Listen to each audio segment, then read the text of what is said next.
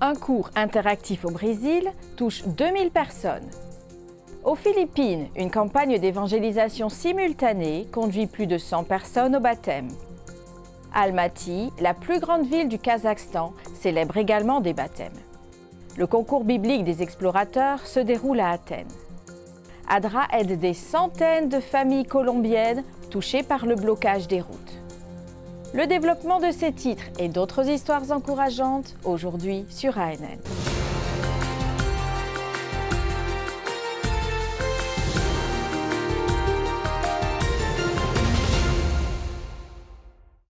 Radio Novo Tempo, qui fait partie de Hope Channel Brésil, propose un cours interactif qui a attiré l'attention de milliers de personnes en ligne.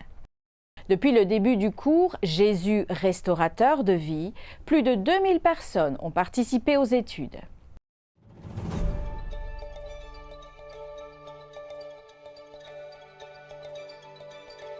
Bonjour cher ami de la Fédération Centre-Sud Rio Grande. C'est avec une grande joie que nous nous joignons à une révolution missionnaire. Voici le cours interactif de la radio Novo Tempo en partenariat avec votre district pastoral. Dieu nous a choisis pour diriger ce beau mouvement. Nous sommes tous des missionnaires d'une ère nouvelle. Le temps d'annoncer. Le temps d'enseigner. Le temps de planter de nouvelles églises. Le temps de former des disciples et de les baptiser. D'enfiler sa veste et de diriger l'Église dans l'achèvement de la prédication de l'Évangile jusqu'au retour de Jésus. Pasteur Joscelino, qu'est ce cours interactif de la radio? Pasteur Marcos, merci beaucoup pour cette question importante. Pour y répondre, je demande l'attention de tous les missionnaires qui nous écoutent.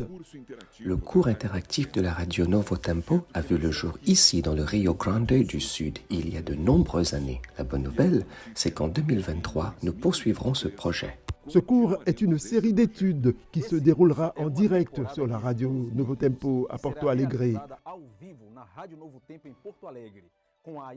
en interaction avec des pairs de missionnaires de l'ACSR et de leurs étudiants respectifs. Le samedi de 16 à 17 heures, une équipe de pasteurs sera présente en direct sur la radio à l'adresse suivante et animera une leçon d'études bibliques sous forme de chat. Dans le même temps, les pairs de missionnaires de la CSR seront au domicile des étudiants. Commencez dès aujourd'hui. Priez Dieu. Par groupe de 7 personnes. 7 jours sur 7. À 7 heures du matin.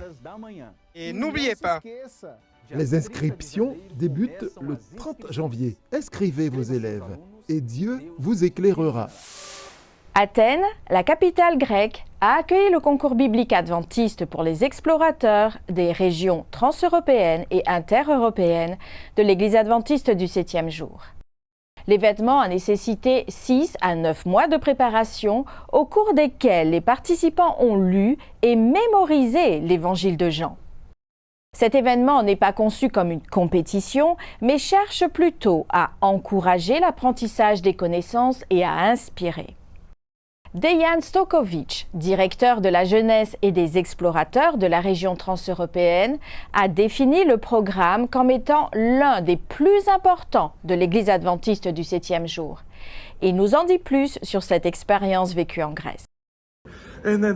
Cette fois, nous nous trouvons dans l'hôtel du président à Athènes, en Grèce. Nous sommes ici parce que le test biblique niveau division est en train d'avoir lieu pour les aventuriers et les explorateurs. Cette fois-ci, le test est un peu plus spécialisé. Nous recevons également des invités des différentes divisions. Pour être précis, nous avons un groupe de Roumains, 22 équipes de la Roumanie nous rejoignent. Avoir des invités rend toujours le moment un peu plus spécial. Aujourd'hui, nous avons, je crois, 67 ou 68 équipes. La raison pour laquelle je ne suis pas sûr à 100% est qu'il y a eu au moins 2 ou 3 équipes qui nous ont rejoints. Elles avaient oublié de s'inscrire. Que Dieu vous bénisse. Merci beaucoup de vous être joints à nous. Eh bien oui, j'espère que cette vidéo vous apportera un petit goût de ce qui s'est passé à Athènes le 15 avril 2023.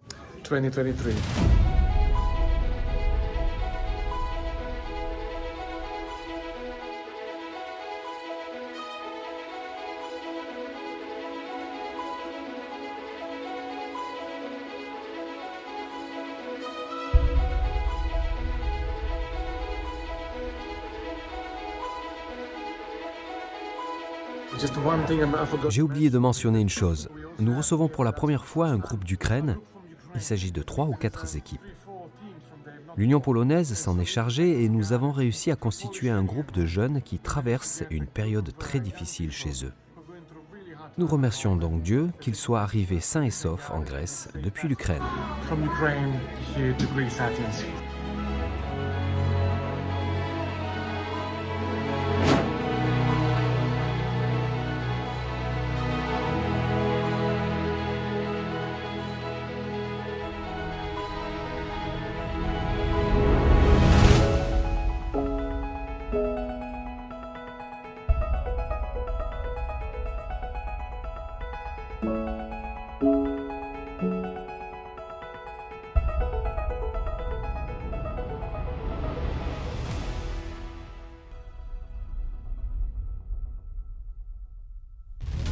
Voilà, c'est fini. Mon ami va m'aider. Qu'allons-nous étudier en 2024 ? En 2024, nous étudions Josué et les juges. Donc lisez, étudiez les commentaires et la parole de Dieu avec nous. Nous l'espérons. À l'année prochaine. À l'année prochaine. N'oubliez pas d'inviter vos amis. Que Dieu vous bénisse. Au revoir. Bye bye. L'Église adventiste de Romblon, aux Philippines, a récemment mené des campagnes d'évangélisation simultanées sur l'ensemble de son territoire. Suite aux efforts d'évangélisation dans 4 régions, 101 personnes ont été baptisées sur plusieurs sites après avoir accepté le Christ. Chacune des 4 régions a mis l'accent sur l'enrichissement de la famille, la prophétie biblique et la réhabilitation morale. Située au centre des Philippines, la province insulaire de Romblon est confrontée à des défis uniques lorsqu'elle cherche à atteindre la communauté. Parce que les îles sont dispersées dans une vaste région, il est difficile de mener des réunions simultanément. Les responsables des missions, des unions et des divisions de l'Église adventiste étaient déterminés à atteindre les communautés de la province en dépit de ces obstacles. L'Église a pu communiquer efficacement le message d'espoir et de salut à la population. À Almaty, la plus grande ville du Kazakhstan, un programme d'évangélisation intitulé « Des nouvelles que tout le monde devrait entendre » a été organisé et dirigé par Eugénie Vladimirovitch. Toute la série de sujets était basée sur le livre de l'Apocalypse. À la suite de ces réunions, 11 personnes ont été baptisées. Les membres de 2 congrégations d'Almaty ont organisé plusieurs programmes préparatoires, des réunions et des ministères auxquels de nouvelles personnes ont été invitées et ont étudié des leçons bibliques. Pendant 40 jours, les adventistes se sont tournés vers le Seigneur dans la prière pour les participants. À la fin de chaque réunion, Eugénie Vladimirovitch a invité l'auditoire à accepter le message de la venue imminente du Christ et à consacrer leur vie au Seigneur.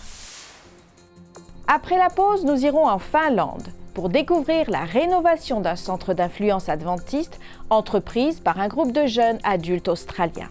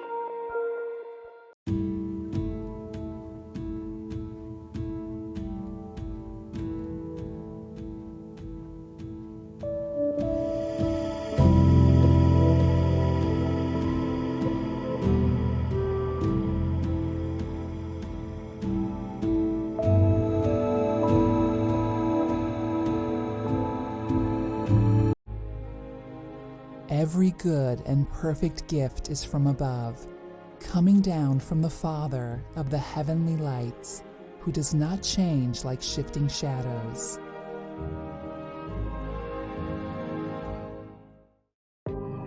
Why is there evil in the world?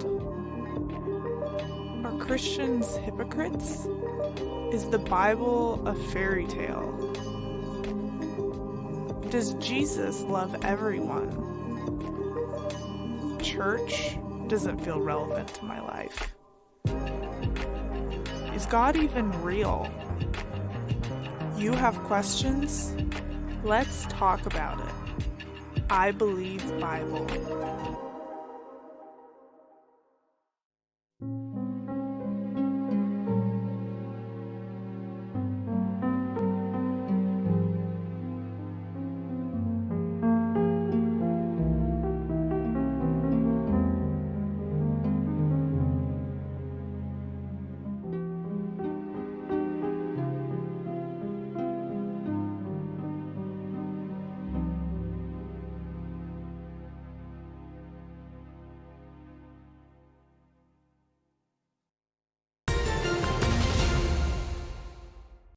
Le comité des messages des trois anges, le département de la communication, Hope Channel, la jeunesse adventiste et le département des publications de l'Église adventiste encouragent avec enthousiasme tous les départements et entités à se concentrer sur la mission de l'Église pour atteindre les 8 milliards de personnes dans le monde d'aujourd'hui. L'Église adventiste a pour mission de partager le pouvoir de transformation du message des trois anges. En collaboration avec les départements, nous mobilisons les talents et les passions des membres pour répandre l'Évangile en vue de la seconde venue du Christ. Dans ce rapport, nous explorons les moyens novateurs communs pour atteindre cet objectif. Le département de la communication a développé des illustrations, des sermons, des musiques et des présentations disponibles gratuitement et adaptables aux besoins des utilisateurs et présentateurs du monde.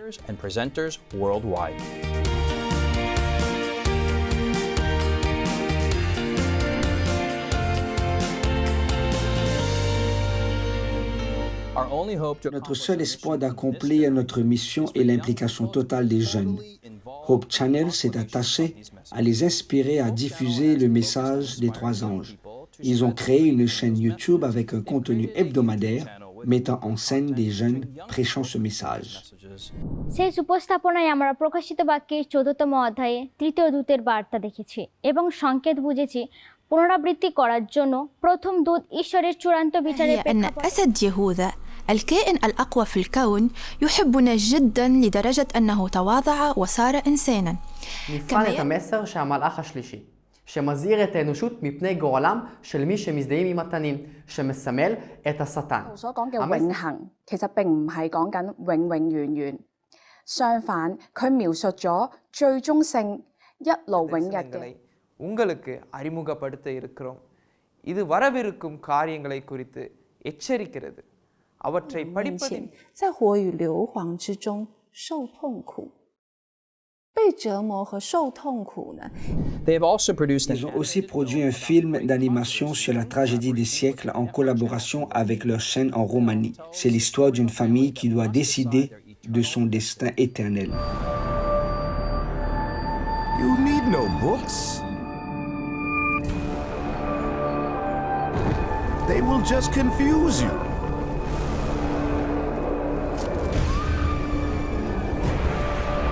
Naomi, what's wrong? We have to go. Now.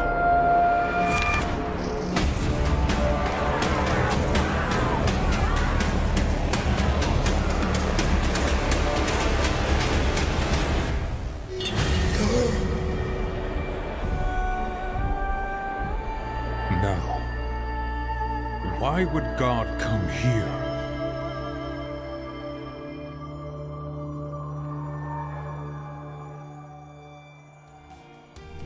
Hope Channel a aussi créé une série d'études bibliques pour enseigner aux jeunes le message des trois anges.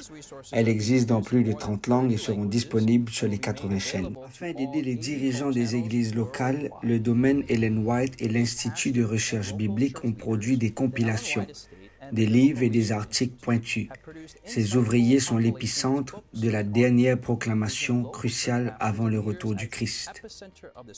Le département des ministères des enfants veille à ce que les plus jeunes ne soient pas oubliés. Ils ont créé un contenu attrayant pour les aider à partager le message des trois anges.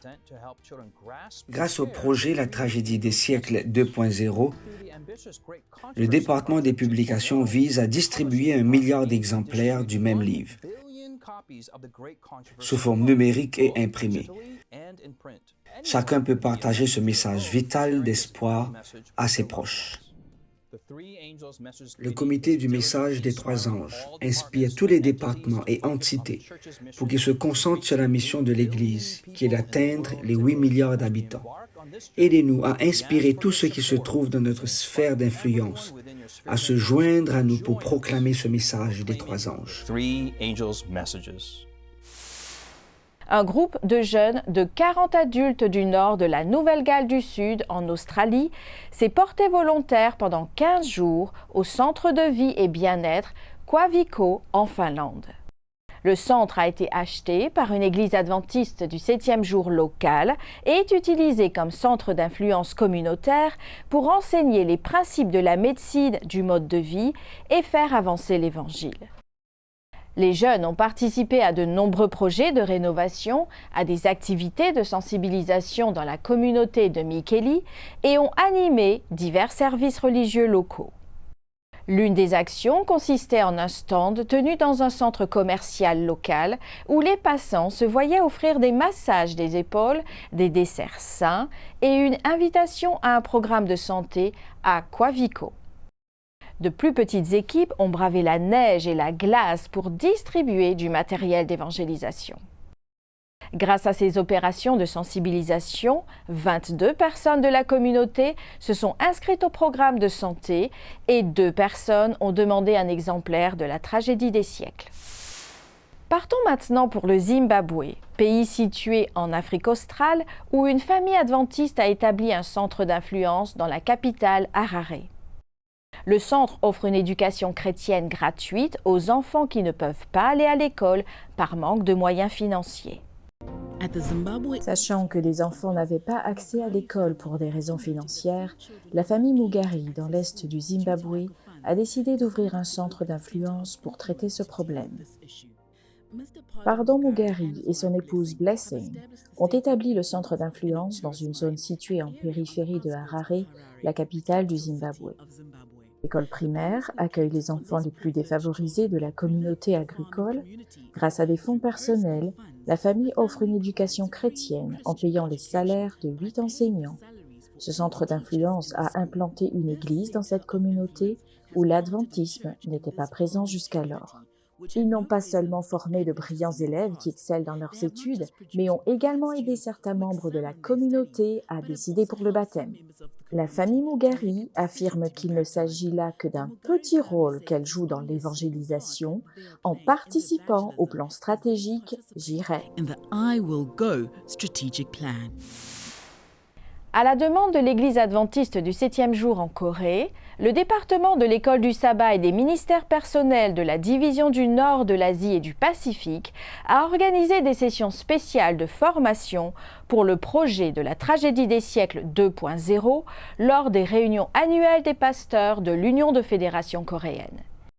Les 600 pasteurs coréens présents ont eu une occasion précieuse de comprendre et de s'engager dans ce projet mondial.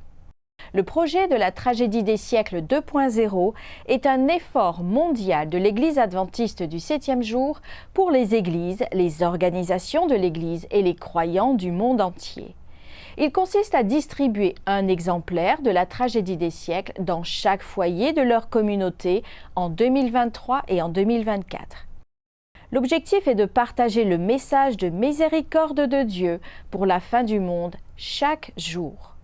La tragédie des siècles contient toute l'histoire, le passé, le présent et l'avenir. Nous faisons une courte pause et à notre retour, nous nous rendrons en Colombie où ADRA partage de la nourriture pour aider les populations touchées par les récentes fermetures des routes. À tout de suite.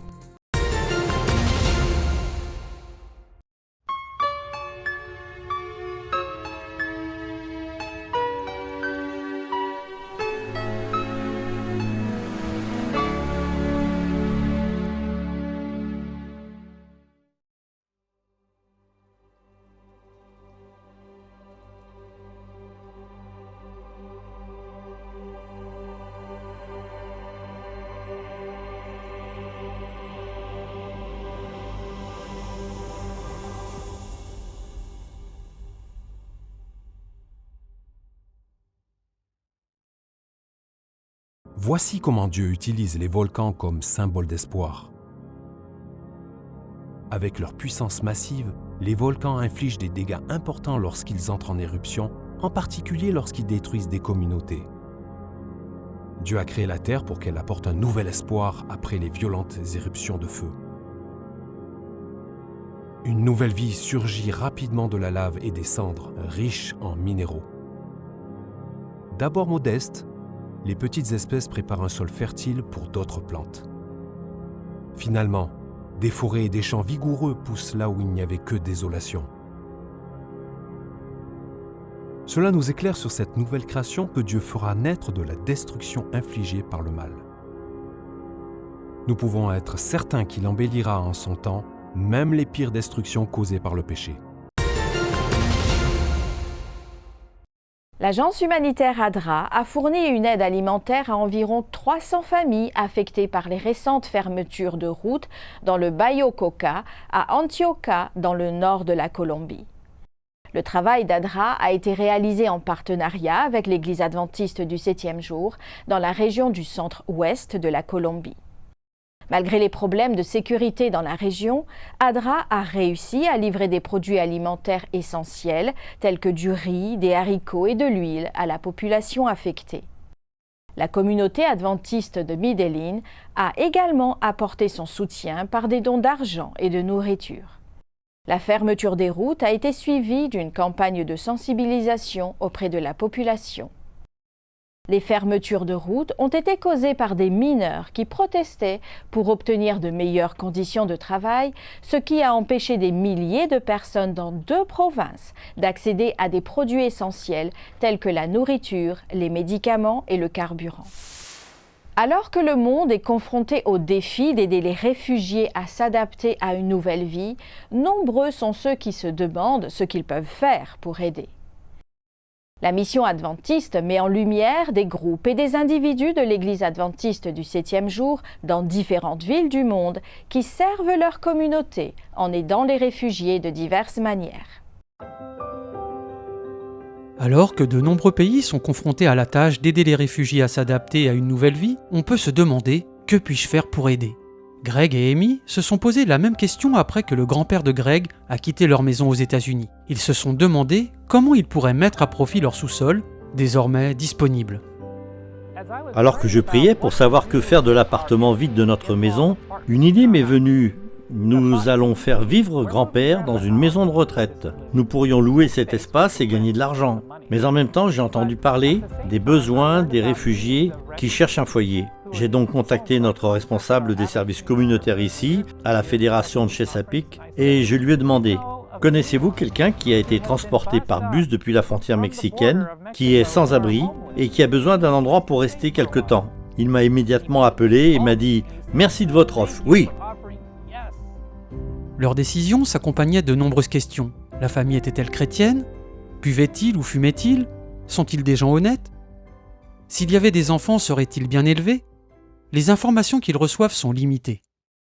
La seule chose que nous savions, c'est qu'ils venaient du Venezuela, que c'était une famille de 4 personnes, et nous connaissions leur nom et l'âge des filles. C'est tout ce que nous savions, et qu'ils allaient bien sûr être sans abri si quelqu'un ne leur offrait pas un endroit où rester.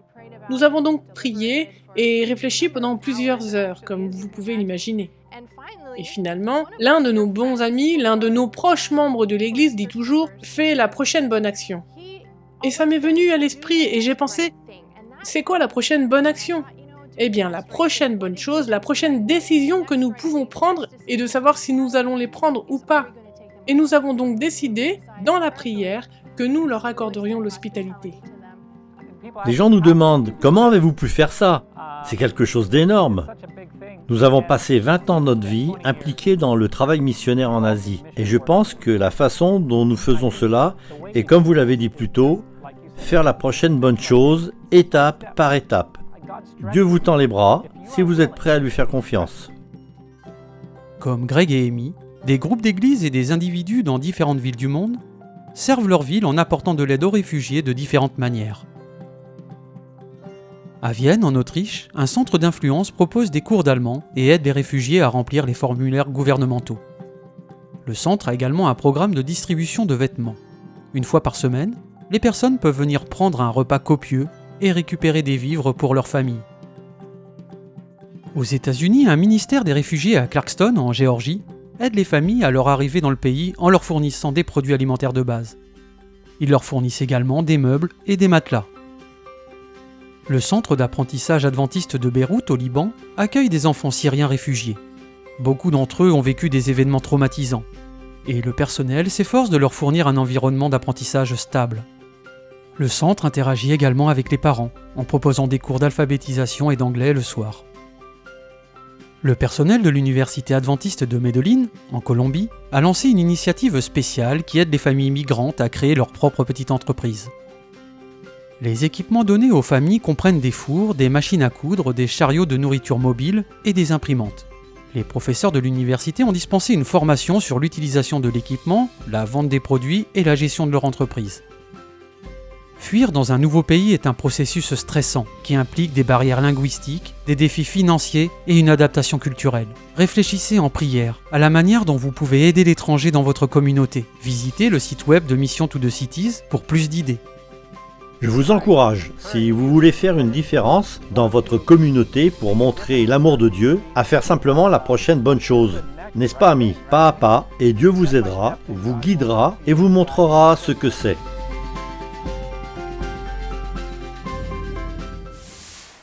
Merci d'avoir regardé ANN. Rejoignez-nous la semaine prochaine pour plus de nouvelles du siège de l'Église adventiste du 7e jour.